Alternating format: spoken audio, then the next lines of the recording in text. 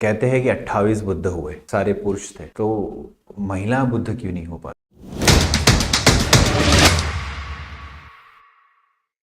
So hello and welcome to one more exciting episode of the Rahul Dongre show. दोस्तों, आज का episode बहुत ही शानदार होने वाला है क्योंकि आज हम बात करेंगे अभिधम्म पिटक के बारे में। और आज इस चीज की बात करने के लिए हमारे साथ में है भिक्खुनी शाक्य धम्मदिना।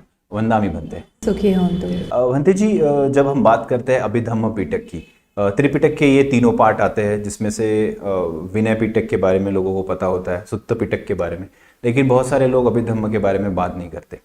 तो सबसे पहले ये अभिधम्म शब्द का मतलब अगर बता पाए आप कि क्या होता है? अभिधम्म, जैसा कि हम जानते हैं कि भगवान बुद्ध ने जितना भी धम्म दिया है वो पाली भाषा में है। तो पाली भाषा में ही अभि का मतलब होता है हाईएस्ट, सबसे जो उच्च स्तर का हो, और धम्म हम सभी जानते ही हैं। तो जो सबसे उच्च कोटि का धम्म होता है उसे अभिधम्म कहा जाता है। तो भगवान बुद्ध की सभी शिक्षाओं में से जो सबसे उच्च कोटि की हैं उसे अभिधम्म कहा जाता है। अच्छा, अभिधम्म सबसे उच्च कोटि की जी शिक्षा जी है। जो मतलब गहन कह सकते हैं हम उसे। गहन, गंभीर, इस तरह से भी हम उसे प्रोनाउंस कर सकते हैं कि गहन या गंभीर जो शिक्षाएं हैं सबसे, उसे हम अभिधम्म कहते हैं। तो इसका अभी की सिचुएशन में अभी के बौद्ध अनुयायियों के लिए कितना ज़्यादा इम्पोर्टेंस है? देखिए, कैसा होता है कि हम लोग ज़्यादातर सुत्त पिटक पर ध्यान देते हैं। विनय पिटक तो नियम ही है, लेकिन जब शिक्षाओं की बात आती है तो हम ज़्यादातर सुत्त पिटक पर ध्यान देते हैं।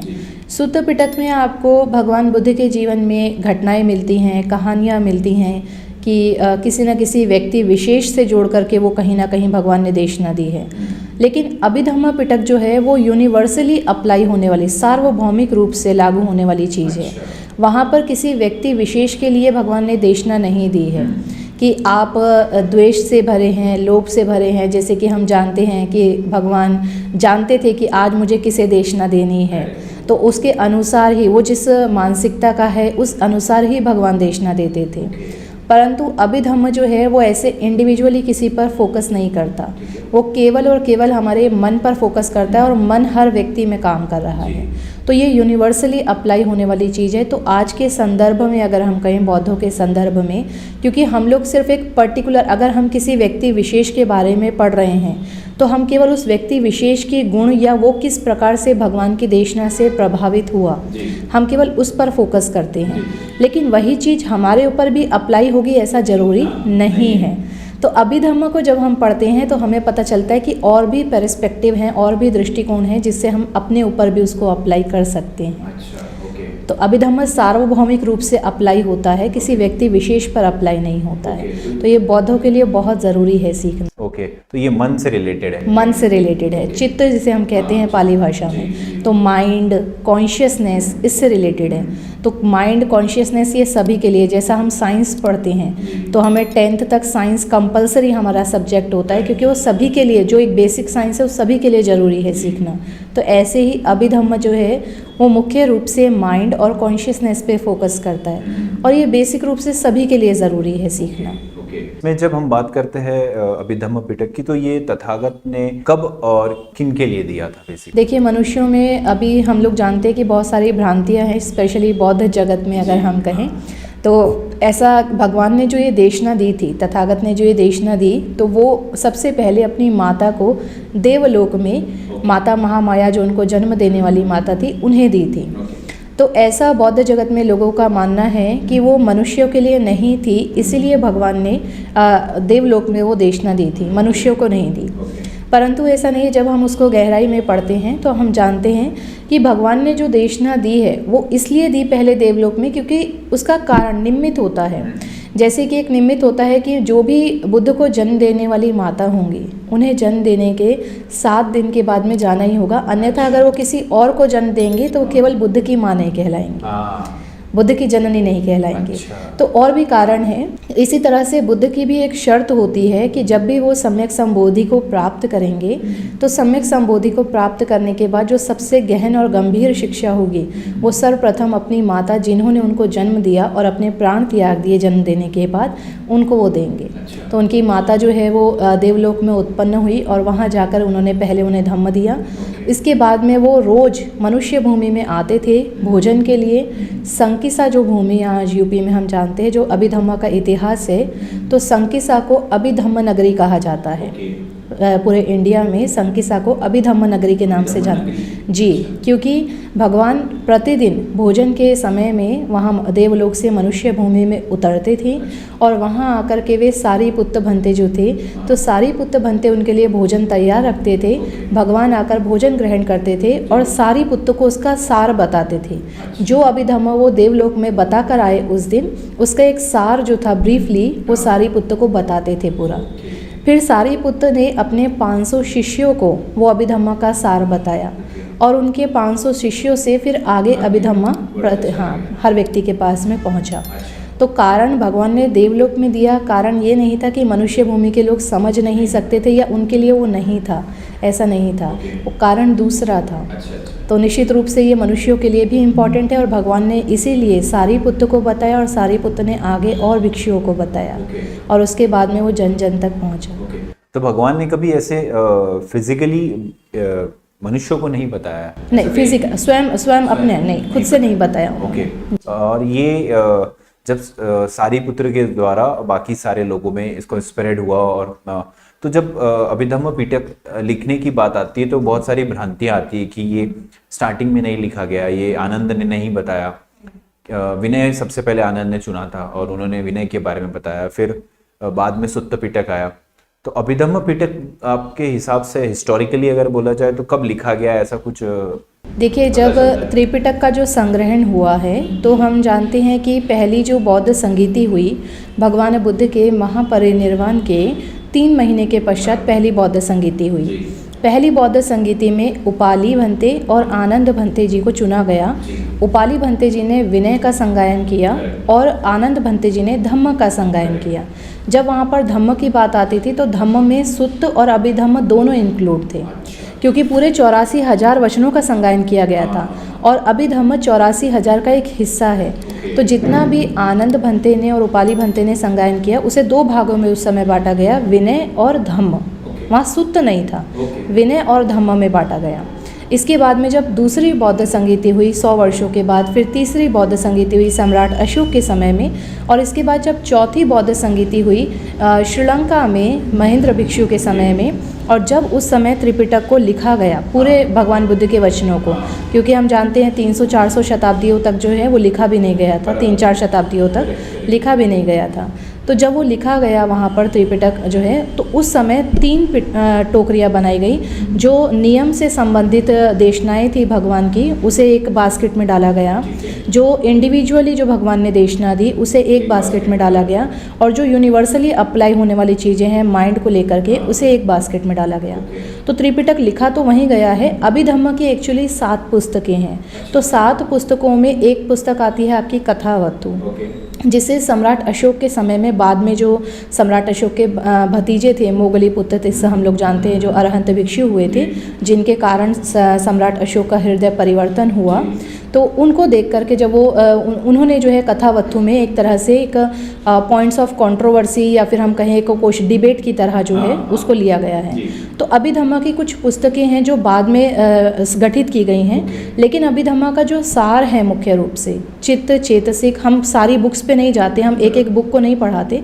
अभिधम्म का जो है मेन सार है चित्त चेतसिक रूप और निर्वाण, ये 4 हैं। हम कहते हैं mind, mental factors, material properties and निर्वाण, कि कैसे हमारा माइंड काम करता है, ये सारी चीज़ें।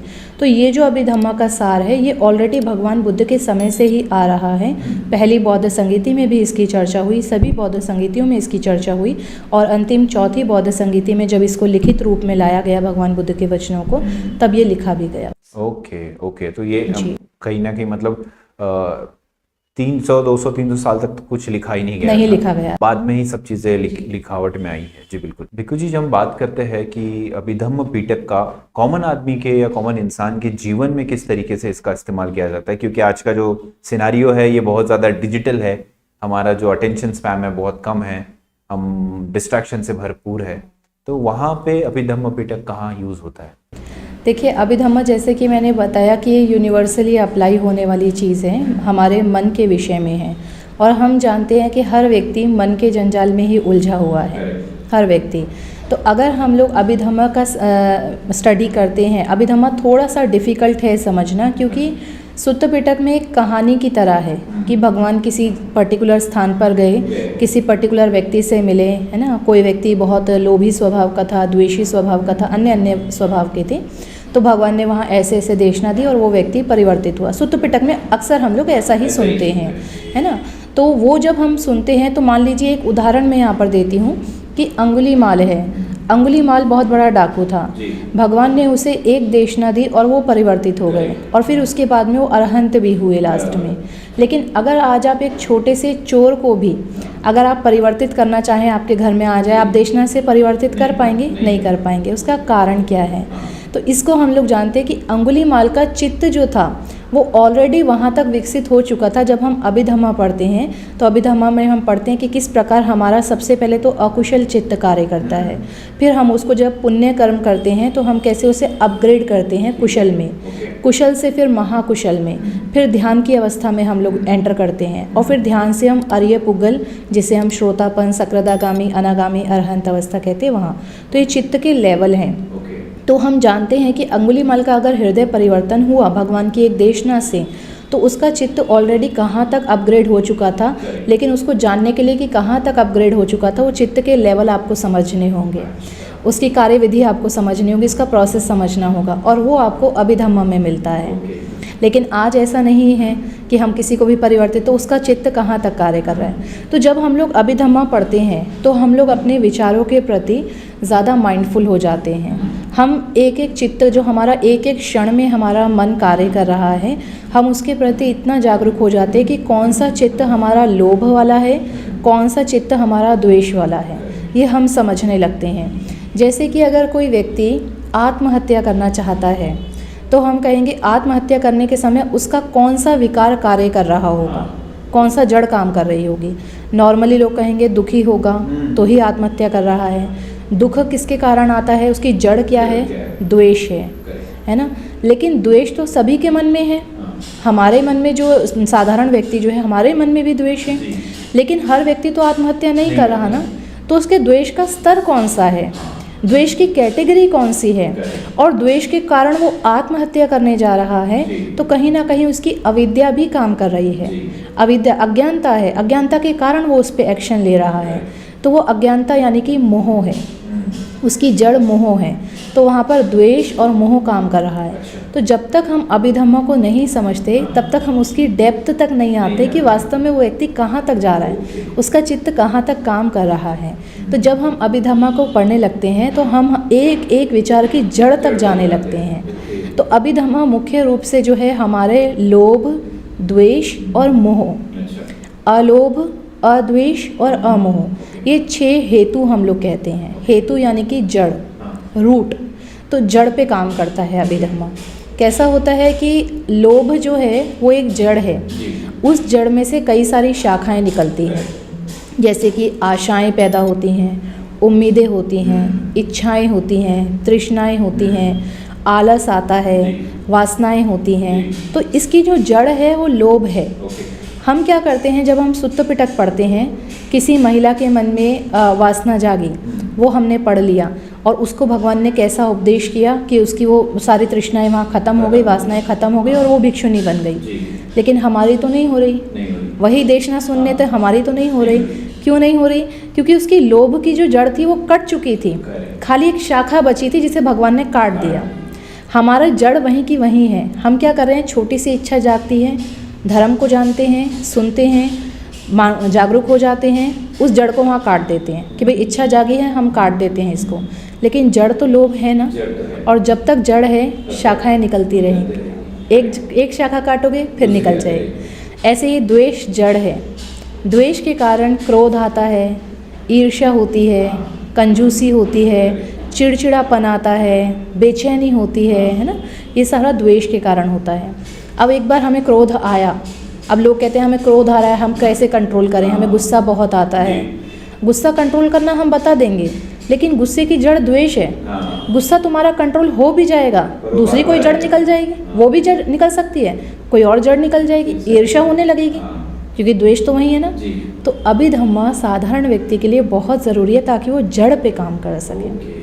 हमें जड़ को उखाड़ना है, हमें शाखाओं को नहीं काटना। शाखाओं को आप पूरा जीवन भी काटते रहेंगे, लेकिन जब तक जड़ वहाँ पर है ना, तो वो शाखाएं बार बार निकलती रहेंगी। Correct correct. लेकिन जब हम बात करते हैं आज के सिचुएशन में, बुद्ध के काल में हमने देखा है कि बुद्धा ने एक बार भी किसी को बताया कुछ तो वो वहीं के वहीं परिवर्तित हो गए, वहीं के वहीं उनका मन परिवर्तित हो गया। लेकिन आज बड़े बड़े भिक्खु या बड़े बड़े लोग भी जब लोगों को कुछ बताते हैं, वो थोड़ी देर के लिए उस फेज में जाते हैं, लेकिन फिर वो वापस अपनी दिनचर्या में और इन सब चीज़ों में वो लग जाते हैं।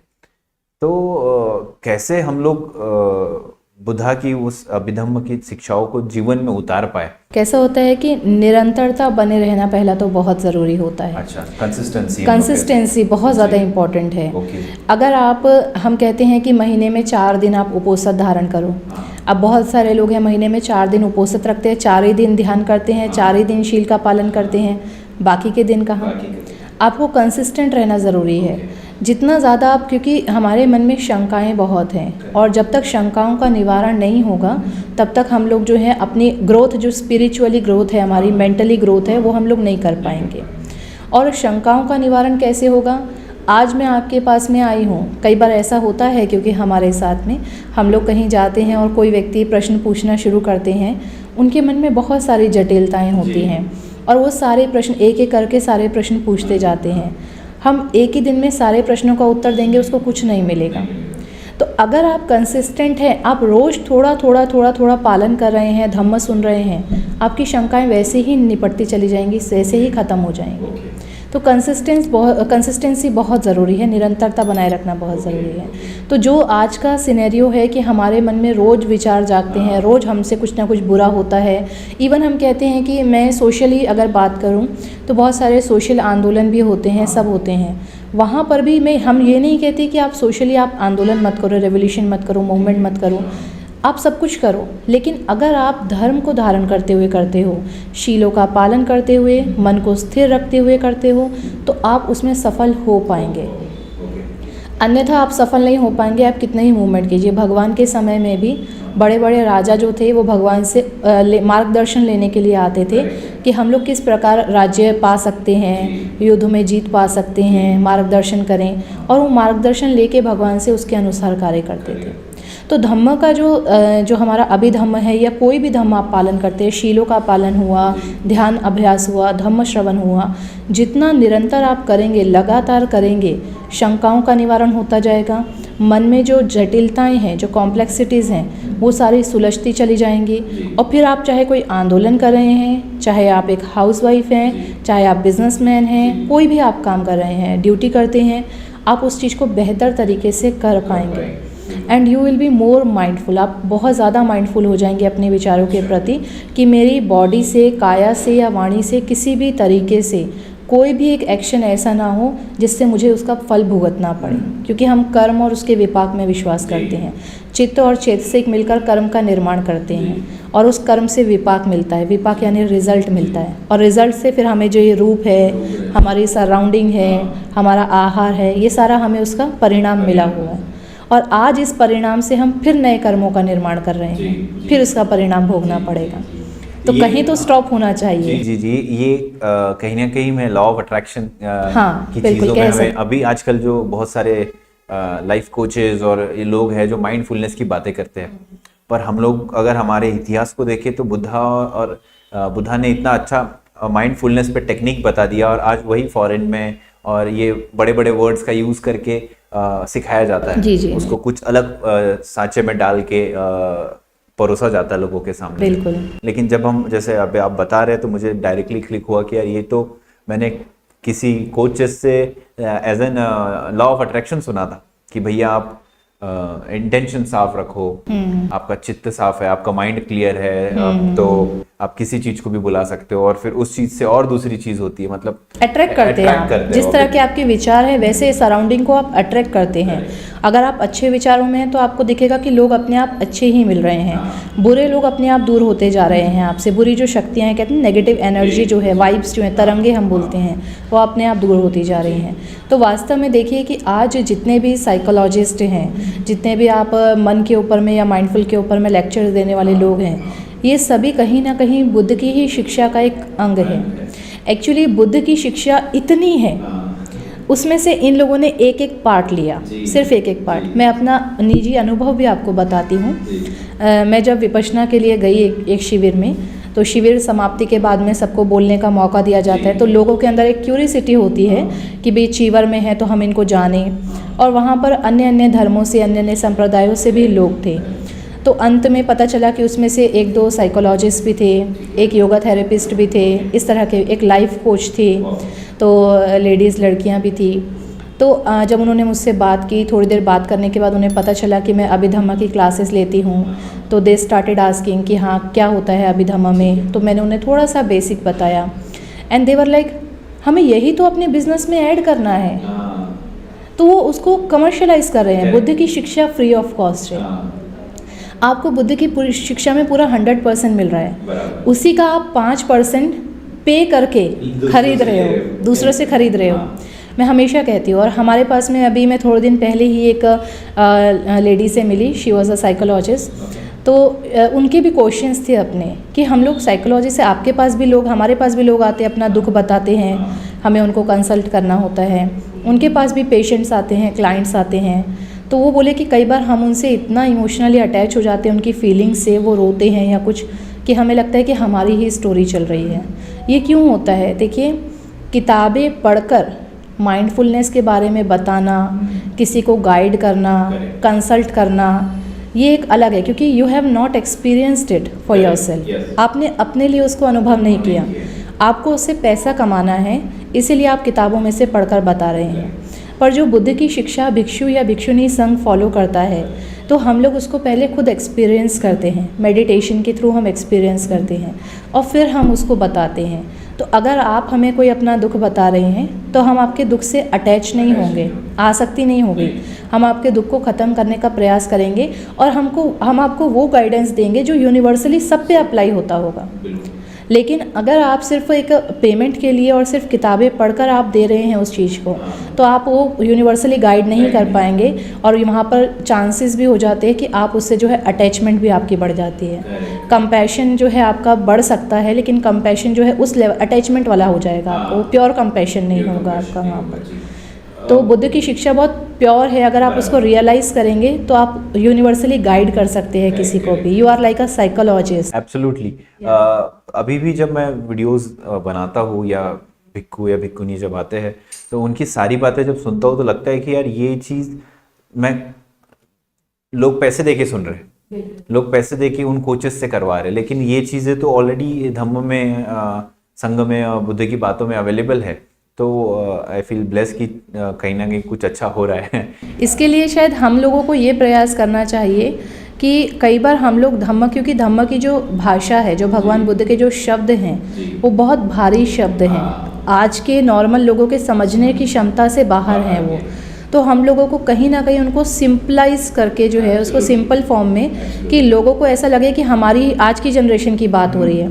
अगर हम बहुत भारी शब्दों का प्रयोग करते हैं तो कई बार लोगों को लगता है कि उस ज़माने की, स्पेशली जो यंग जनरेशन है, तो उनको लगता है कि तो प्रवचन कर रहे हैं, ये उस ज़माने की बात कर रहे हैं। पर अगर आज को हम सिंपलाइज करके हम उनको उनकी फॉर्म में समझाएं, कुछ इंग्लिश के वर्ड डाल के या जो भी है उसके बारे में, तो वो समझते कि हमारी जनरेशन की बात हो रही है। तो वही गाइडेंस हम दे सकते हैं, सब कुछ है हमारे पास में। बंदे जी, जब हम बात करते हैं अभी की जो जनरेशन, इसको जनरेशन जेड कहते हैं, जेन जी कहते हैं, जेन जी, यस। तो ये जनरेशन का अटेंशन स्पैम कम है, ये बहुत जल्दी सब कुछ पाना चाहती है, और इस चक्कर में हम लोग देखते हैं कि बच्चे सुसाइड भी करते हैं, बहुत सारे रिजल्ट नहीं आया तो, और टीचर ने मार दिया तो भी केसेस हो जाते हैं। जबकि एक समय था जब टीचर बहुत मारा करते थे, या बहुत सारी चीज़ें होती थी, तो ये लोग बहुत सारे कंप्लेंट्स लेके आते हैं कि मेरी लाइफ में ये खराब हो रहा है, मैं डिस्टर्ब हूँ, मेरा रिलेशन अच्छा नहीं है, मैं कंफ्यूज हूँ। उनके लिए अभिधम्म पिटक की शुरुआत कहाँ से करनी चाहिए? मतलब वो अगर चाहते हैं कि नहीं मैं अभिधम्म पिटक को अपनी लाइफ में इम्प्लीमेंट करूँ, तो उसे शुरुआत कहाँ से करनी चाहिए? अभिधम्म की जो सबसे पहले माइंड है, माइंड और उसके जो लेवल्स हैं, इवन हमने कुछ डॉक्टर्स से भी बात की, तो हमने पूछा कि उनको MBBS में जब स्टडी कराई जाती है, तो जब कॉन्शियसनेस के बारे में पढ़ाया जाता है, स्पेशली जो न्यूरोलॉजिस्ट होते हैं ब्रेन के लिए, तो उनको कितने टाइप्स के कॉन्शियसनेस बताया जाता है, तो देवर लाइक 7 टाइप्स ऑफ कॉन्शियसनेस आज जो अभी मॉडर्न स्टडीज़ है उसमें पढ़ाया जाता है।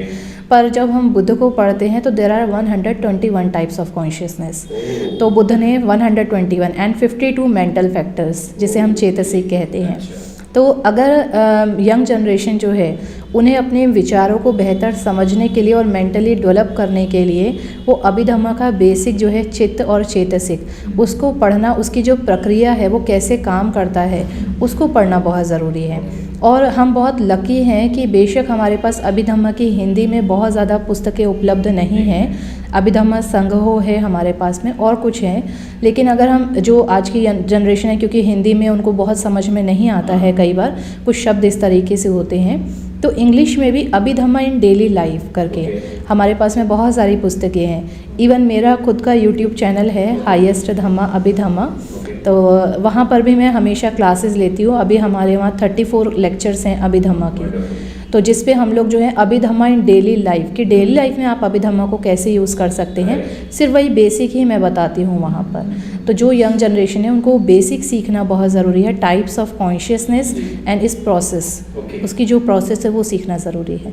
तो it will really help them कि आज की जो जनरेशन, क्योंकि कॉम्पिटिटिव वर्ल्ड है, इतना ज़्यादा कॉम्पिटिशन है, और दूसरा जो हमारी टेक्नोलॉजी है, तो टेक्नोलॉजी से हमारी memory power, patience level, tolerance power वो सब कम होता जा रहा है। स्वाभाविक है, हमारे ऊपर भी वो चीज़ें असर करती हैं, लेकिन हम लोग क्योंकि निरंतर मेडिटेशन करते हैं, पॉजिटिविटी को बनाए रखते हैं, इसीलिए वो उतना असर नहीं कर पाती हैं हमारे ऊपर। तो मैं यंग जनरेशन से यही कहूँगी कि आप जो है ज़्यादा से ज़्यादा कोशिश करें कि जो भी आपको खाली टाइम मिलता है daily half an hour 1 hour अपने लिए रखें। फ़ोन से दूर रह करके आप अभिधम्म इन डेली लाइफ को पढ़ें। साथ ही साथ जो भी माइंडफुलनेस या मेडिटेशन की प्रोसेस हैं, जो भी आपको सूट करती है, हाँ, उस प्रोसेस से आप लोग उसे ज़रूर अप्लाई करें। तो जीवन में अप्स एंड डाउन्स सभी के आते हैं। यंग जनरेशन जो है, उनके जो पेरेंट्स रहे, ग्रैंड पेरेंट्स रहे, सभी के जीवन में अप्स एंड डाउन्स आते हैं। आने वाली जो जनरेशन रहेंगी उसमें भी आएंगे। हो सकता है तरीके अलग हो सकते हैं, लेकिन उतार चढ़ाव सभी के जीवन में है। तो हर व्यक्ति, क्योंकि पहले के लोग जो हैं टेक्नोलॉजी से नहीं घिरे थे, पहले के लोगों में पेशेंस लेवल, इमोशनली अटैच, वो सब चीज़ें बहुत ज़्यादा होती थी। तो हमें वो डेवलप करने की ज़रूरत है ताकि हम मेंटली ग्रो कर सकें, और ये जो भी अप्स एंड डाउन्स आ रहे हैं उसमें हम इक्वानिमिटी जो हम कहते हैं, समता भाव बना कर रखें, उपेक्षा भाव बना के रखें, बहुत ओवर एक्साइटेड या ओवर डिप्रेस ना हो हम लोग। अंते जी, जब हम बात करते हैं कि सुत्त पिटक एक पिटक है जिसमें भी बुद्ध की शिक्षाओं के बारे में बताया गया है, तो क्या वही केवल नहीं है, वो काफ़ी नहीं है क्या अभी के सिनारियों को लेके और बुद्ध की शिक्षाओं को लेके अभिधम्म पिटक की ज़रूरत पड़ती है? मैं कहूँगी कि इंडिविजुअली डिपेंड करता है। जहाँ तक मुझे लगता है, अभी तक मैं जहाँ तक मिली हूँ, तो मुझे लगता है कि अभिधम्म बहुत ज़रूरी है सभी के लिए। लेकिन अगर भगवान के समय की बात करें तो सुत्त पिटक में, जैसे कि हमने पहले भी बात की, कि देशनाएँ हैं, और वो देशनाएँ भगवान ने पर्टिकुलर व्यक्ति के लिए दी है। अब वही व्यक्ति का चित्त आपसे मिलता है ज़रूरी नहीं है। जो चित्त डाकू अंगुलीमाल का था, या फिर चिंचा मानवी का था, या देवदत्त का था, वही चीज़ें आपके साथ है ऐसा ज़रूरी नहीं है। बहुत सारे लोग जैसे कि आज षड्यंत्र रचते हैं, पीछे से हम लोगों को कुछ ना कुछ ऐसा प्रयास करते हैं हानि पहुंचाने का। ऐसे ही देवदत्त भी किया करते थे भगवान के समय में, लेकिन भगवान ने अंतिम समय तक भी उसे देशनाएँ देकर वो परिवर्तित नहीं हो पाया। अंतिम समय में अंतिम चित्त जो था उसको महसूस हुआ कि मैंने गलत किया करके, क्योंकि उसका चित्त वहाँ तक विकसित नहीं हुआ था। अब यही आज ज़रूरी नहीं है। बहुत सारे लोग जो हमारे पीछे हमारे हानि पहुँचाने का प्रयास करते हैं, यदि हम निरंतर उनको देशना दें या मैत्री दें, परिवर्तित होने की संभावनाएं हैं। तो उनका चित्त कहाँ तक विकसित हुआ ये डिपेंड करता है। तो कई लोगों को ऐसा हो सकता है कि सुत्त पिटक से ही बहुत सारी चीज़ें, अनुभूतियाँ होने लगें और वो उस अवस्था तक पहुँचे। लेकिन अरहंत अवस्था तक पहुँचने के लिए आपको अभिधम्म को जब आप स्टडी करेंगे और अभिधम्म से आप अपने चित्त के लेवल को ग्रो करेंगे धीरे धीरे, अकुशल से डेवलप करके कुशल और महाकुशल, तभी वो आप अरहंत अवस्था तक पहुँच सकते हैं। जब मैं बात करता हूँ मन की और मन के लेवल की, तो अलग अलग लोगों का अलग अलग मन है, उनका जो चित्त डेवलप हुआ है उनके सराउंडिंग के हिसाब से डेवलप हुआ है, उन्होंने जो बचपन से जो भी देखा हुआ है। तो इस केस में हम जो आप बोल रहे हैं कि मन को एक लेवल पे ले जाना ज़रूरी है, तो वो कैसे वो लोग लेके जा सकते हैं? बेसिकली क्या उसके लिए वो लोग डेली मेडिटेट ही करते रहे? क्योंकि कई बार होता है कि उनको एक मेडिटेशन प्रोसेस सेट नहीं होती या सूट नहीं करती, और कई लोग विपස්සना से आते हैं, अच्छा रिव्यू देते हैं, कुछ लोग बहुत बुरे रिव्यू देते हैं कि यार ये इसने मेरा दिमाग खराब कर दिया विपස්සना करने से। तो आपके हिसाब से फिर अभिधम्म को कैसे वो लोग इम्प्लीमेंट करें, कहाँ से शुरुआत करें बेसिकली? देखिए, जैसे कि हम लोग कहते हैं कि हम लोगों की जो मन की अवस्था है उसको हम सुधारने के लिए जो है अभिधम्म जो है वो आपको हेल्प करता है। पहले स्टडीज़ आपको करनी होंगी। जैसे कि विपश्यना की बात आती है तो निश्चित रूप से बहुत लोग अच्छे लाभ लेकर आते हैं, बहुत सारे लोगों के अनुभव बुरे भी रहते हैं वहाँ पर। कारण ये होता है कि विपश्यना की जो प्रोसेस है वो तो बहुत अच्छी है, लेकिन आप किस तरीके से ले रहे हैं वो मैटर करता है ना। कि अगर कोई व्यक्ति जाकर के, मैं कहती हूँ आप विपश्यना जाइए, जाकर के आप देखिए कि कई व्यक्ति ऐसा होता है, 3 तरह के लोग हैं। पहला तो जो जैसा बताया जा रहा है एज इट इज़ आप इंस्ट्रक्शंस फॉलो कर रहे हैं और आपको उसका पूरा लाभ भी मिल रहा है। दूसरा है कि आप घर से छुटकारा पाने के लिए, सांसारिकता से छुटकारा पाने के लिए 10 दिन रेस्ट करने के लिए जा रहे हैं, तो वहाँ जाने के बाद आप सोते हैं, खाली शरीर में आलस रहता है, थकावट रहती है, तो आप केवल सोने के लिए जाते हैं, है ना। जो भी घर में विकार हैं, कलेश हैं, उन सब से बचने के लिए आप जाते हैं। तो वो व्यक्ति तो कुछ नहीं ले पाएगा, क्योंकि वो सोच कर ही मानसिकता ही वो बना कर आया कि मुझे 10 दिन आराम करना है वहाँ जा कर के, तो वो कुछ नहीं ले पाएगा। तीसरा व्यक्ति ये होता है कि वो प्रयास तो कर रहा है कि जैसे इंस्ट्रक्शन दी जा रही है वैसा ही मैं फॉलो करूं, लेकिन वो कर नहीं पा रहा। ध्यान के लिए आनापान से हम शुरुआत करते हैं, तो आनापान पे वो फोकस, नींद भी नहीं आ रही, उसको कुछ नहीं है, वो बिल्कुल दृढ़ संकल्पित होकर बैठा है कि जैसा बताया जा रहा है मैं वैसा ही फॉलो करूँगा, लेकिन वो फॉलो करते समय जो है उससे हो नहीं पा रहा। ऐसे व्यक्ति अभिधम्मा को स्टडी करना शुरू करें कि वो मन उनका अभी तक वहाँ तक विकसित हुआ ही नहीं कि वो एकाग्रता पर आ सके, क्योंकि मन अभी अकुशल विचारों में घूम रहा है पूरा दिन। अकुशल से आप जब पुण्य करते हैं, दानशील भावना का अभ्यास करते हैं, तो आपका चित्त डेवलप होता है, पुण्य कुशल पे जाता है, फिर और महाकुशल पे जाता है, फिर आपका ध्यान की अवस्था आती है कि आप जो है थोड़ा सा कर पाएँ। देखिए, एक साधारण सी चीज़ है कि कोई व्यक्ति, हम पंचशील लेते हैं, कोई व्यक्ति निरंतर हत्या करता है, चोरी करता है, व्याभिचार करता है, झूठ, गाली गलौज, सारे वाणी के दुष्कर्म करता है, या बहुत नशा करता है, ऐसे व्यक्ति को आप ध्यान में बैठा दीजिए, वो ध्यान लगा ही नहीं पाएगा, बिल्कुल नहीं। क्यों? क्योंकि काया वाणी संयमित नहीं है, काया वाणी अनुशासित नहीं है। तो उसके लिए पहले क्या करना होगा? शीलों का पालन शुरू करना होगा। शीलों का पालन का मतलब है कि आपका चित्त अकुशल से अब कुशल की तरफ जाने लगा, है ना। फिर कुशल से आप महाकुशल, शीलों का पालन कर रहे हैं, फिर धीरे धीरे वो धम्म भी सुनने लगेगा, शीलों का सुनते सुनते जागरूक रहना शुरू करेगा। अब उसकी बारी आती है, अब वो ध्यान में जाके बैठेगा तो उसका ध्यान लगेगा। तो ये जो अकुशल से कुशल तक डेवलप करना है, अगर वो नहीं लगा पा रहा है, सारे काया और वाणी से अकुशल कर्म कर रहा है, तो ध्यान में मन दृढ़ संकल्पित होकर बैठे तब भी उसका मन नहीं लग पाएगा। तो ऐसे व्यक्ति को स्टडी शुरू करनी चाहिए अपने मन के प्रति, ताकि वो काया और वाणी के प्रति ज़्यादा जागरूक हो जाए, काया वाणी से कोई भी अकुशल कर्म उसका बन ही ना पाए, नियंत्रित होने लगे, कंट्रोल, अकुशल उसका नियंत्रित होने लगेगा। और जैसे जैसे अकुशल उसका नियंत्रित होगा तो ध्यान में मन लगने लगेगा, जैसे इंस्ट्रक्शन से वो फॉलो करने लगे। तो ध्यान में जो लोग जाते हैं, जो सोने के लिए जाते हैं 10 दिन के लिए, तो आप आराम करने के लिए जाएं। जिनका ध्यान लग रहा है, इसका मतलब उनका चित्त पूर्व से उन्होंने खूब स्टडी किया है चित्त के विषय में, तो चित्त इतना डेवलप है कि वो ध्यान को पूरा ग्रहण कर पा रहे हैं और उसका फ़ायदा भी ले पा रहे हैं। और तीसरे व्यक्ति जो लेना चाह रहे हैं लेकिन ले नहीं पा रहे हैं, तो वो शुरू करें चित्त पे काम। आज शुरू करेंगे तो कहीं ना कहीं आपको आगे के भाव में फल देगा उसे। तो आप माइंडफुल जो है रहना शुरू कीजिए, और उसके लिए आपको ये अभिधम्म की स्टडीज़ बहुत ज़रूरी है। जब हम बात करते हैं अभी के समय में अभिधम्म पिटक की इम्पोर्टेंस की, साथ ही साथ उसकी इम्पोर्टेंस भिक्षुणी संघ में, कि उसकी क्या इम्पोर्टेंस है आज के समय में भिक्षुणी संघ को लेके, क्योंकि हम देखते हैं कि बहुत कम भिक्षुणी हमें देखने मिलती है, शायद पूरे देश में बहुत ही कम, मतलब हम लोग काउंट कर सकते हैं, ऐसे हाल है। तो तथागत के टाइम पे काफ़ी ज़्यादा हुआ करते थे, बहुत सारी स्त्रियां भी भिक्षुणी हुआ करती थी। तो आपको क्या लगता है कि क्या प्रॉब्लम है, और उसका अभिधम्म पिटक का अभी का इम्पोर्टेंस क्या है भिक्षुणियों के लिए? मुझे ऐसा लगता है कि देखिए, महिलाएं जो हैं, महिलाएं इमोशनली जो हैं बहुत ज़्यादा स्ट्रॉन्ग होती हैं। पुरुष जो होते हैं प्रैक्टिकल ज़्यादा होते हैं, महिलाएं एक अटैचमेंट, उनमें पेशेंस लेवल, टॉलरेंस, ये उनके गुण हैं महिलाओं के, है ना। तो जब ये सारे गुण उनके अंदर है और जब वो अभिधम्म को स्टडी करती हैं, तो वो इतना डेवलप कर सकती है क्योंकि वो पेशेंस रखकर, टॉलरेंस पावर से, वो जो उनके अंदर गुण है उससे जब वो अभिधम्मा को स्टडी करते हैं तो वो अपने माइंड पर ज़्यादा काम कर सकती है अपेक्षा पुरुषों की अपेक्षा।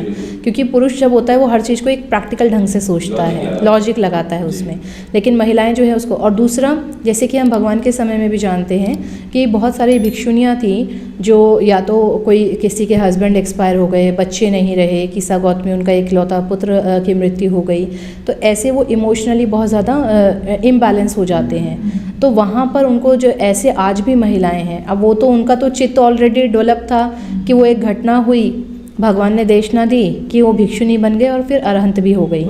लेकिन आज भी ऐसे बहुत सारी महिलाएं हैं कि अगर बच्चा बीमार भी पड़ता है, बच्चे की मृत्यु हो जाती है, घर में पारिवारिक कलह होती है, आर्थिक रूप से हस्बैंड है, माता पिता हैं, सास ससुर हैं, तो छोटी छोटी चीज़ों से महिलाएं बहुत जल्दी चिड़चिड़ी भी हो जाती हैं। जितना वो इमोशनली अफेक्शन उनके अंदर होता है उतना ही इमोशनली वो रेस्टलेस भी हो जाती हैं जल्दी, एंग्जाइटी जल्दी होती है महिलाओं को। तो ये चीज़ें जो महिलाएं के जो इमोशन, जो बैड इमोशंस है, इनको कंट्रोल वो अभिधम्मा अगर वो पढ़ेंगे, माइंड के बारे में पढ़ेंगे, माइंडफुलनेस के बारे में पढ़ेंगे, तो वो ज़्यादा जागरूक रह पाएंगे और ये इमोशनल जो बैड इमोशंस है उस पर वो कंट्रोल कर पाएंगे। और जो उनके अंदर अच्छे गुण हैं, पेशेंस है, टॉलरेंस है, अफेक्शन है, संभालने की जो क्षमता है मैनेजमेंट करने की, उसको वो ज़्यादा विकसित कर पाएंगे जब वो अभिधम्मा को पढ़ते हैं।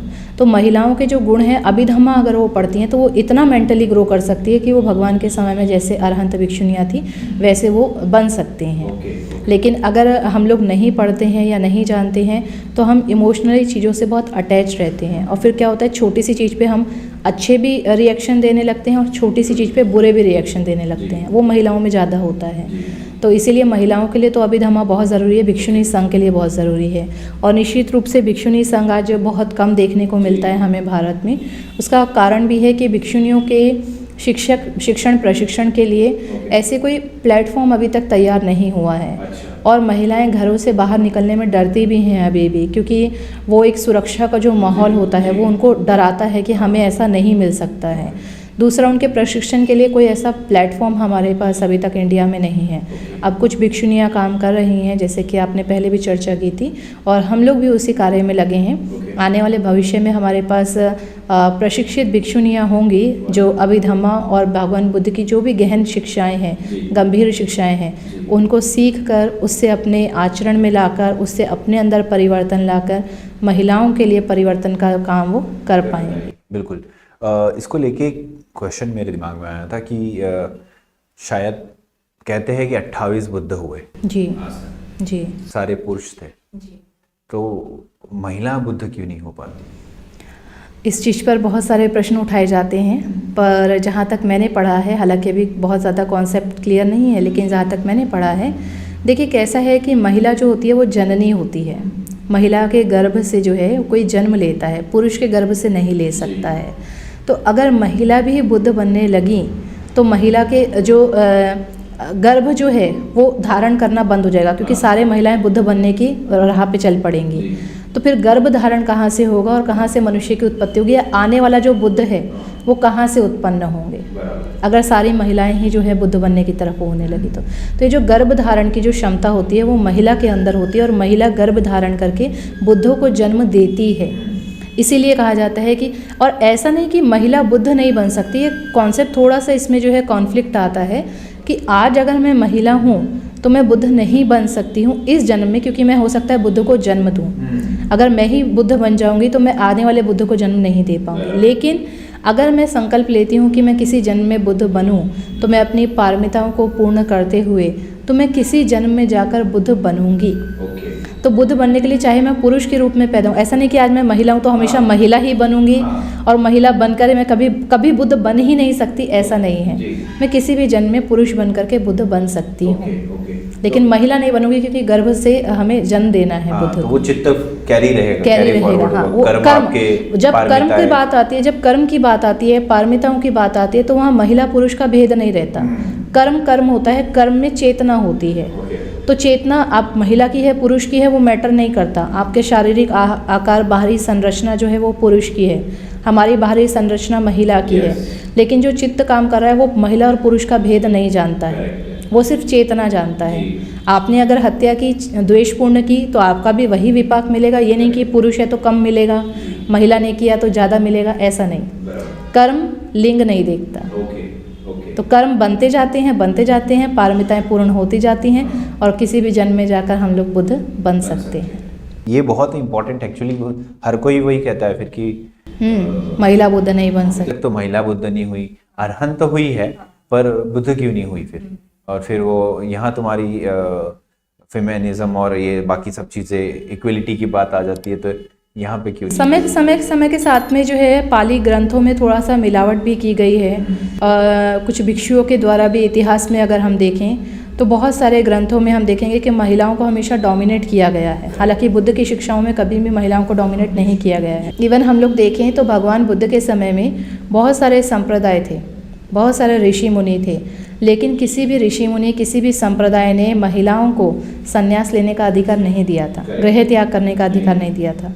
बुद्ध पहले थे, उस समय में बुद्ध ने गृह त्याग, आज हम कहते हैं जैसे कि ज्योतिबा फुले जी हैं, बाबा साहेब हैं, और भी कई ऐसे महापुरुष हुए जिन्होंने महिलाओं के अधिकारों की बात की। लेकिन 2500 वर्ष पूर्व की बात करें तो वहाँ पर बुद्ध पहले थे जिन्होंने महिलाओं को अधिकार दिया कि वो गृह त्याग भी। हम महिलाओं के जब अधिकारों की बात करते हैं तो अक्सर हमारे मन में आता है कि डॉक्टर, इंजीनियर, पायलट, नेता, ये सब आता है, लेकिन भिक्षुनी नहीं आता। कि जहाँ पर समानता की बात आती है तो वहाँ भिक्षुनी भी तो समानता। जब गृह त्यागी सन्यासी कोई हो सकता है तो सन्यासी पुरुष हो सकता है, तो सन्यासी महिला भी हो सकती है। जब पुरुष ज्ञान बांट सकता है तो महिला भी ज्ञान बांट सकती है। तो वो समानता जो है वो भगवान बुद्ध ने दी सबसे पहले। कुछ लोग कहते हैं कि भगवान ने महाप्रजापति को मना किया था, भगवान तो चाहते ही नहीं थे कि भिक्षुनी बने। पहली बात तो भगवान अगर कोई चीज़ नहीं चाहते तो कोई ज़बरदस्ती उनसे कहलवा नहीं सकता था या करवा नहीं सकता था। तो हम जानते हैं कि भगवान ने जब बोधि ज्ञान को प्राप्त किया तो उस समय मार सेना आई और उनसे याचना की कि आप महापरिनिर्वाण को प्राप्त करें। तो भगवान ने उनसे कहा था कि मैं तब तक महापरिनिर्वाण को नहीं प्राप्त करूँगा जब तक मैं अपने 4 संघ नहीं बना लेता, भिक्खु, भिक्खुनी, उपासक, उपासिका, और जब तक ये मेरे वचनों को ठीक ठीक समझने में सक्षम नहीं हो जाते, और जब तक ये जो है दूसरों की मिथ्या दृष्टि को सम्यक दृष्टि में बदलने में सक्षम नहीं हो जाते, तब तक मैं महापरिनिर्वाण को प्राप्त नहीं करूँगा। तो भगवान ने तो पहले ही कह दिया कि मैं जब तक 4 संघ नहीं बनाऊंगा तब तक मैं महापरिनिर्वाण को प्राप्त नहीं करूँगा। तो भगवान तो वहाँ खुद ही भिक्खु भिक्खुनी का वर्णन कर रहे हैं, तो भिक्खुनी क्यों नहीं बनाना चाहेंगे वो? तो महाप्रजापति को नकारने का कारण दूसरा था। बहुत सारे राइट, क्योंकि उनकी माता थी, रानी थी, विलासितापूर्ण जीवन जी रही थी, उनके लिए भिक्षुनी जीवन का कठोर नियमों का पालन करना, जंगल में रहना, बिना दास दासियों के साथ में, भोजन भी अब पकवान नहीं मिलेंगे, जो चारिका में मिलेगा वो खाना पड़ेगा। कठोर जीवन था ना, कठोर जीवन का पालन करना बड़ा मुश्किल था उनके लिए। तो इसीलिए उन्होंने ये कुछ कारण बाद के राइटर्स ने दिए हैं, आधुनिक राइटर्स ने दिए हैं, और सहमति भी बनती है, लॉजिक भी बनता है, उसका लॉजिक बनता है। लेकिन भगवान ने तो पहले ही कह दिया था कि मैं 4 संघ बनाऊंगा। तो ऑब्वियस बात है कि भगवान तो पूर्व के जो बुद्ध हुए उनसे ही प्रोफेसी लेते थे, उनसे प्रेरणा लेते थे, और भगवान ने देखा कि पूर्व के बुद्धों ने भी भिक्खु भिक्खुनी दोनों संघ बनाए हैं, तो भगवान को बनाना ही था। तो महाप्रजापति को मना करने का कारण दूसरा था। लेकिन जो पुरुष वर्ग है या आज भिक्षु वर्ग भी जो है, उन्होंने इन चीज़ों को अपना लिया कि भगवान तो चाहते ही नहीं थे कि भिक्खुनी संघ बने, तो वो कहीं ना कहीं डोमिनेट करने के लिए उनको एक पॉइंट मिल जाता है।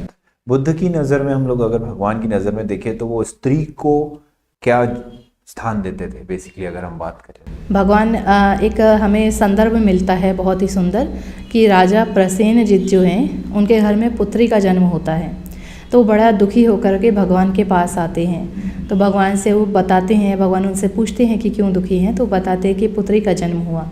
तो फिर भगवान उन्हें बताते हैं कि पुत्री का जन्म होना कितना सौभाग्यशाली है, उसके गर्भ से किसी राजा का जन्म हो सकता है। तुम्हारा जन्म, तुम आज राजा बने हो तो तुम्हारा जन्म भी किसी महिला के गर्भ से हुआ, और वो महिला भी किसी की पुत्री थी जिसने तुम्हें जन्म दिया। तो तुम्हारी जो पुत्री है वो किसी सौभाग्यशाली बुद्ध को भी जन्म दे सकती है, वो आने वाले राजा को भी जन्म दे सकती है।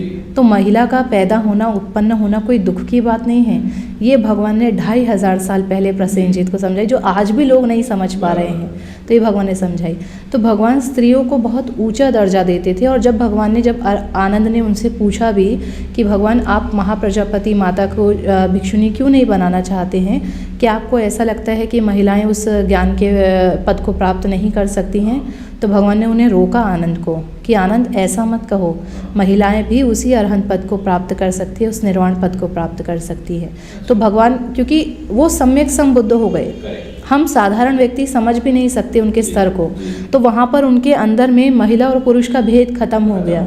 भगवान सिर्फ 5 स्कंधों की बात करते हैं, है ना, तो वो 5 स्कंध सभी के भीतर में है। तो वहाँ महिला हो पुरुष हो, तो अरहंत पद, ज्ञान का पद, ये सभी के लिए समान है। और जहाँ महिला का उत्पन्न होने की लड़की का जन्म, आज भी हम कहते हैं कि बड़ा लोग मानते हैं कि नहीं, दुर्भाग्य मानते हैं कि लड़की पैदा हो गई, तो भगवान कहते हैं कि वो तो बड़ा सौभाग्य की बात है कि आपके घर में ऐसी स्त्री उत्पन्न हुई है कि जिसके गर्भ से कोई भी बुद्ध बन सकता है, कोई ज्ञानी पुरुष, कोई चक्रवर्ती सम्राट जन्म ले सकता है। और भी भगवान ने कारण बताए। तो महिलाओं को भगवान ने हमेशा बराबर का ही सम्मान दिया है। लेकिन आज की अगर हम बात करें तो बहुत सारा भिक्षु संघ भी उस चीज़ को स्वीकार नहीं करता है। बहुत सारा भिक्षु संघ भी स्वीकार नहीं करता है। जब हम बात करते हैं एक फीमेल बॉडी अलग बिहेव करती है as compare to a men body. हम लोग देखते हैं दूसरे धर्मों में जब फीमेल साइकिल चलते रहती है, उस दौरान में हमने देखा है कि उन्हें बहुत सारी चीज़ों से रोका जाता है।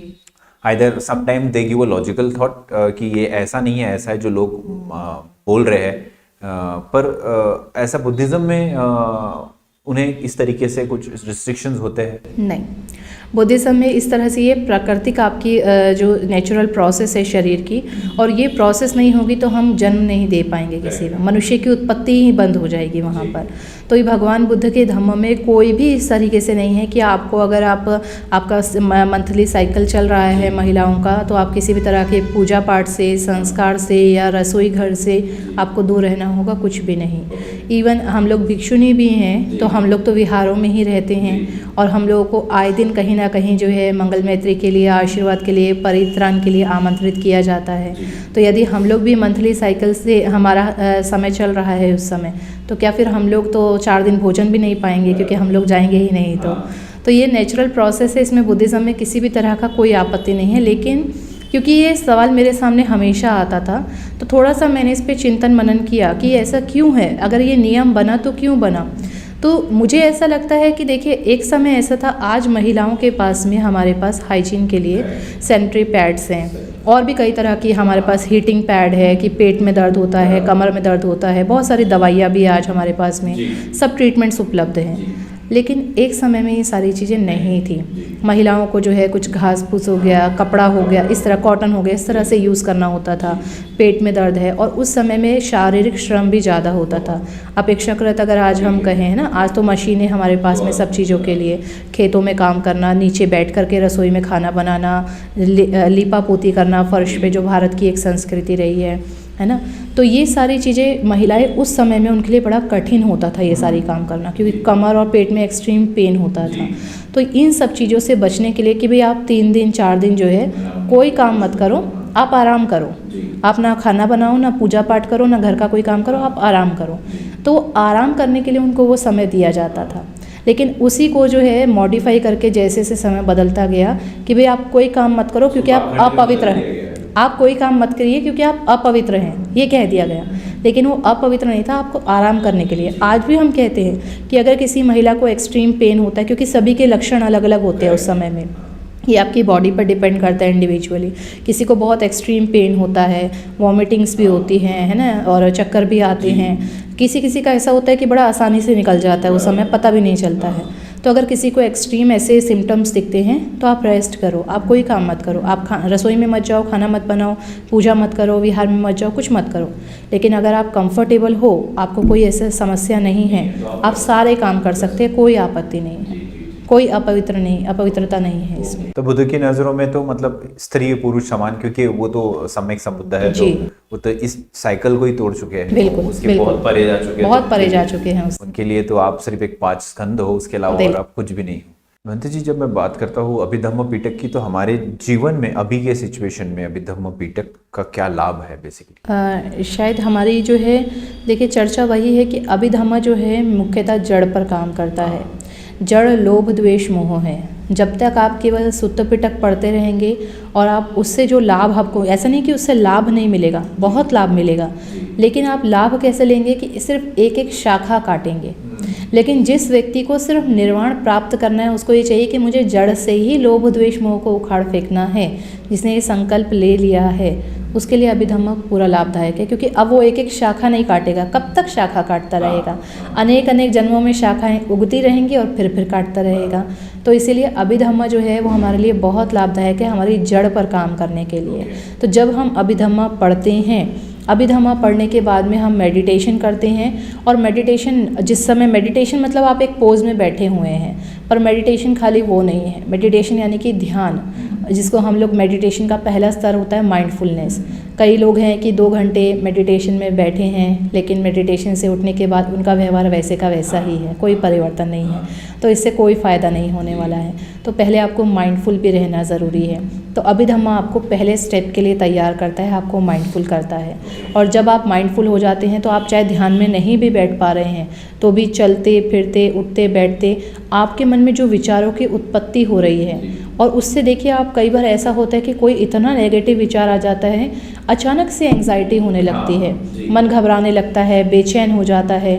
कोई ऐसी विचार आ जाता है कि मन एकदम हर्षित होने लगता है, उत्तेजित होने लगता है। तो ये जो विचारों का जो खेल चल रहा है, इसको हमें पहचानना, क्षण क्षण जागरूक रहना, इसके लिए अभिधम्म बहुत लाभदायक है। कि हम जान जाते हैं, सिर्फ ये नहीं जानते कि हमारा विचार राग वाला है या द्वेष वाला है, हम ये जानते हैं कि ये कुशल है या अकुशल है। अगर अकुशल है तो इसे तुरंत जो है हमें ख़त्म करना है, और अगर ये कुशल है तो हमें इसे तुरंत एक्शन करके हमें इसे पूरा करना है, इसको स्टोर नहीं करना, क्योंकि ये तुरंत ख़त्म भी हो जाएगा, अनित्य है।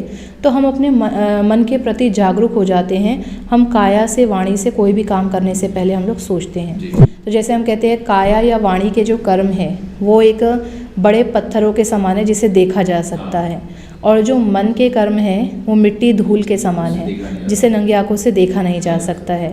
अगर कोई व्यक्ति बड़े पत्थरों को ना हटाए और पहले झाड़ू लगा के मिट्टी धूल साफ करने का प्रयास करे तो संभव नहीं है। तो जब आप अभिधम्म स्टडी करते हैं तो आप इतना जागरूक हो जाते हैं काया और वाणी के प्रति कि धीरे धीरे एक एक पत्थर आप हटाने लगते हैं। और जब पत्थर हटा लेंगे तो आपको मन के ऊपर काम करने के लिए, मिट्टी धूल साफ करने के लिए आपके लिए रास्ता साफ हो जाएगा, ईजी हो जाएगा आपके लिए। तो अभिधम्म का बहुत बेनिफिट है अगर आप स्टडी करेंगे। मैंने अपने जीवन में खुद उसका बेनिफिट देखा है। मैंने जब चीवर लिया, जब मैं भिक्षुणी बनी, तब ऐसा कोई संकल्प नहीं था कि मैं अभिधम्म ही पढ़ना है, मुझे ऐसा नहीं था। पर शायद पूर्व के कर्म, हम कहते हैं पुण्य कर्म रहे होंगे कि मुझे अभिधम्म स्टडी करने का मौका मिला।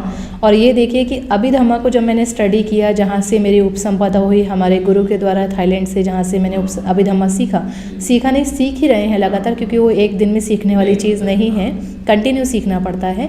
तो जैसे से अभिधम्म सीखने लगे तो ऐसा भी था कि वहाँ हमसे पहले भी बहुत सारे लोग हैं जो अभिधम्म सीख रहे हैं, मुझसे पहले भी थे, लेकिन वो लोग अभी तक बहुत कुछ नहीं सीख पाए जितना हमने सीख लिया, या हमसे भी ज़्यादा किसी ने सीख लिया, हमसे कम समय में। तो हमारे जो आचार्य हैं, जो गुरु हैं, तो वो हमेशा कहते हैं कि ये पूर्व से संग्रहित है।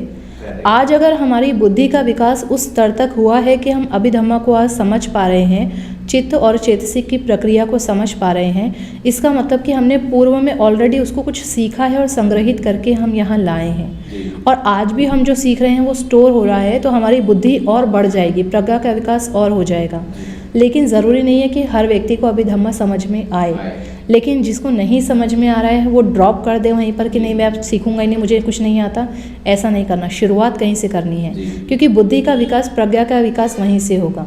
कईयों को चित्त बिल्कुल समझ में ही नहीं आता है, एक पॉइंट भी।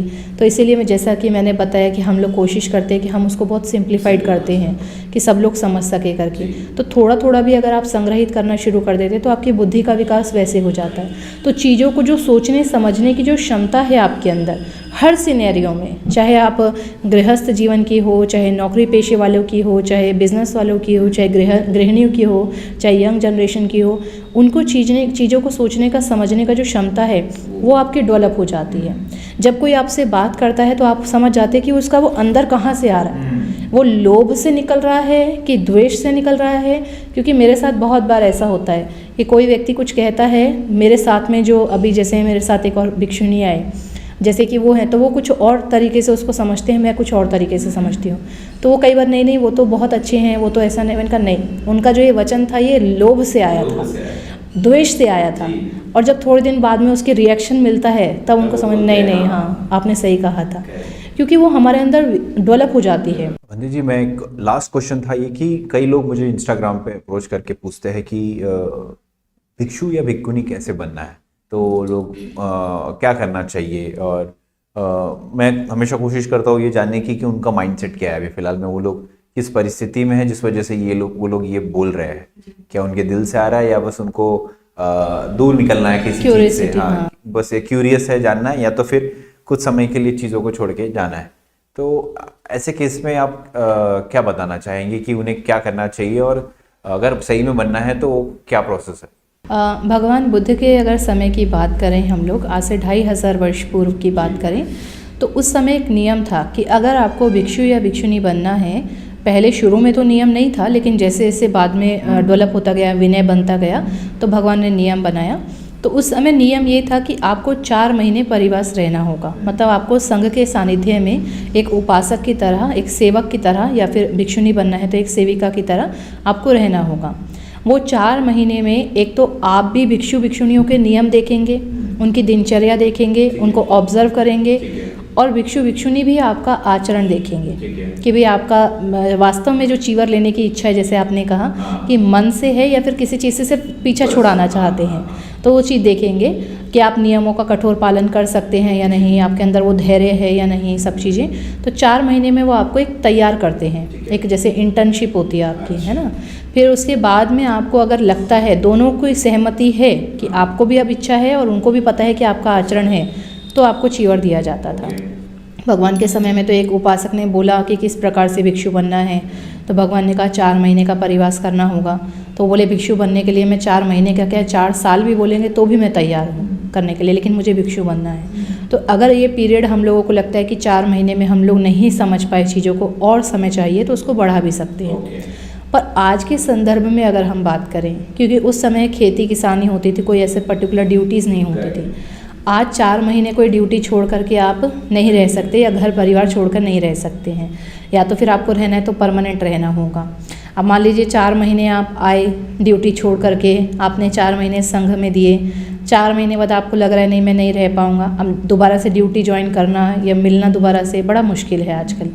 तो इसमें क्या होता है, इसके लिए आज के संदर्भ में हम लोग टेम्परेरी ऑर्डिनेशन लगाते हैं, 15 दिन का, 20 दिन का, महीने भर का। तो आपने देखा होगा बहुत सारे शिविर आयोजित की जाते हैं। मैं अभी तो 2 साल से मैं देख रही हूँ कि महिलाओं के लिए भी बहुत आयोजित होने लगे हैं। उससे पहले महिलाओं के लिए नहीं होते थे उतना, पुरुषों के लिए होते थे। तो स्पेशली मई जून में समर वेकेशन में तो बहुत शिविर लगाए जाते हैं। तो जिसको ऐसा लगता है कि मुझे भिक्षु भिक्षुणी बनना है और मैं कर सकता हूँ, तो उसके लिए ये एक आपको देखना है, ये एक ऑब्जर्वेंस पीरियड रहता है आपका, कि आप 10 दिन 15 दिन आओ शिविर में। 10-15 दिन की छुट्टी आपको आराम से मिल सकती है आपके घर परिवारों से। तो आप आइए 10-15 दिन उसमें ज्वाइन कीजिए। 15 दिन में अगर आपको लगता है कि नहीं मैं कर सकता हूँ, तो आप कंटिन्यू रख सकते हैं। अगर आपको लगता है कि अभी मैं तैयार नहीं हूँ उस हिसाब से, तो आप डिसरोब करके भी जा सकते हैं। तो प्रोसेस ये रहता है। तो हम यही अभी गाइड करते हैं कि किसी को भी भिक्षु भिक्षुणी बनना है, अगर वो 4 महीने का समय दे सकते हैं, 4 महीने ना सही 1 महीने 2 महीने जो भी वो समय दे सकते हैं, तो वो किसी विहार में संघ के सानिध्य में जाकर रहें, उपासक उपासिका ही बन के रहें, सेवक सेविका ही बन के रहें, और वहाँ ऑब्जर्व करें। और उसके बाद में उन्हें लगता है कि हम रेडी हैं, तो वो चीवर ले सकते हैं। लेकिन अगर कोई इतना लंबा समय नहीं दे सकता है, तो कम से कम पहले वो एक बार जीवन में 10 से 15 दिन का चीवर ज़रूर ले, और उसके बाद में वो डिसाइड करे कि उसे रहना है या नहीं रहना है। और जो चीवर दे रहा है वो भी उसके आचरण को जान ले कि ये वास्तव में चीवर लेना चाहता है परमानेंट, तो किस कारण से लेना चाहता है, 15 दिन में इसका आचरण कैसा रहा, सीखने की क्षमता रही या नहीं रही, है ना। तो कई बार ऐसा होता है कि लोग, इसमें एक और सवाल आता है कि कई बार लोग कहते हैं कि वो सीखने के लिए ही तो आया है। अगर 15 ही दिन में आपको उसका आचरण खराब है तो आपको उसको रखना है और उसका आचरण ही तो सुधारना है आपको, ऐसा भी लोग कहते हैं। सुधारना है, लेकिन कहाँ पर अपेक्षाएं हैं, उसके अंदर सुधरने की इच्छा है या नहीं है, कि नहीं मुझे सुधर, मेरे अंदर बहुत बुराइयां हैं मैं जानता हूँ, लेकिन मुझे सुधरना है, मुझे अपने ऊपर काम करना है और भगवान का जो धम्म है उससे लाभ लेकर के लोगों तक भी पहुँचाना है। अगर वो इस संकल्प के साथ आया है तो निश्चित रूप से अपने अंदर बदलाव कर पाएगा। लेकिन 15 दिन में कोई आया है और फिर भी उसके बाद वो रोज़ जा कर के जो भी अपने कुकर्म था घर गृहस्थ जीवन में वो कर रहा है, वो बदलना ही नहीं चाहता, तो फिर ऐसे व्यक्ति को रखा नहीं जा सकता है। तो फिलहाल जो मुझे लगता है कि आज की वर्तमान परिस्थिति में तो यही प्रक्रिया होनी चाहिए कि हम टेम्परेरी ऑर्डिनेशन बहुत जगहों पर लगाए जाते हैं। आपको जहाँ पर भी समय अनुसार आपको ठीक लगे आप ज्वाइन कीजिए, एक दिनचर्या देखिए क्या होती है संघ की, क्या करना होता है, कैसे करना होता है, नियम क्या होते हैं, और उसके बाद में आप डिसाइड कीजिए कि आपको परमानेंट रहना है या नहीं रहना है। ओके ओके, धन्यवाद बंटी जी, आपने ये इन्फॉर्मेशन दी। जो बहुत सारे लोग हैं जिनके अंदर ये प्रश्न है उनको इससे फ़ायदा ज़रूर मिलेगा। जी, मुझे भी बड़ी प्रसन्नता हुई। धम्म को जन जन तक पहुंचाने का हमारा काम है, और आज अगर टेक्नोलॉजी है तो टेक्नोलॉजी का दुरुपयोग भी किया जाता है और इस तरीके से सदुपयोग भी किया जा सकता है। तो जिस चीज़ को हम लोग बिना टेक्नोलॉजी के 4 लोगों में बता सकते हैं, टेक्नोलॉजी के साथ में हम 400 लोगों तक पहुंचा सकते हैं। तो आपके चैनल के माध्यम से जो भी जानकारी है वो लोगों तक पहुंचेगी। हर प्रकार की हमारी ऑडियंस होती है, किसी को विचार ठीक भी लगेंगे, किसी को विचार नहीं भी ठीक लगेंगे, सहमत भी होंगे, असहमति भी होगी, तो उनके विचार के अनुसार उनको लोग चाहिए। तो हर जो टीचर होता है, जो भी आप, क्योंकि आप अलग अलग संघ को आमंत्रित करते हैं और हर संघ का अलग तरीका होता है समझाने का, तो किसी का तरीका किसी को समझ में आता है, किसी का तरीका किसी को समझ में आता है। भगवान के समय में भी था, किसी को सारीपुत्र की बात समझ में आती थी तो किसी को मोगलाना की बात समझ में आती थी, है ना। तो ऐसे ही हमारे पास भी ऑडियंस है। तो मैं आशा करती हूँ कि जो भी जानकारी मैंने आज दी है तो आपके चैनल के माध्यम से ज़्यादा लोगों तक पहुँचेगी, और जो सहमत हैं या जो इस विचारधारा को डेवलप करना चाहते हैं वो अभिधम्म का लाभ जरूर लेंगे। बिल्कुल बिल्कुल, और डेफिनेटली आगे अगर अभिधम्म के बारे में दोस्तों आपको सीखना है तो भिकुनी जी का चैनल हम लोग डिस्क्रिप्शन में डाल देंगे, आप वहाँ से उनके चैनल पे जा सकते हैं। आप शायद इंस्टाग्राम पे है? नहीं, इंस्टाग्राम पे भी जी, तो आपको भिकुनी धम्म जी, तो इंस्टाग्राम पे भी आपको मिल जाएंगे, उनके डिस्क्रिप्शंस आपको हम लोग दे देंगे। So keep watching, keep listening and do subscribe. Thank you.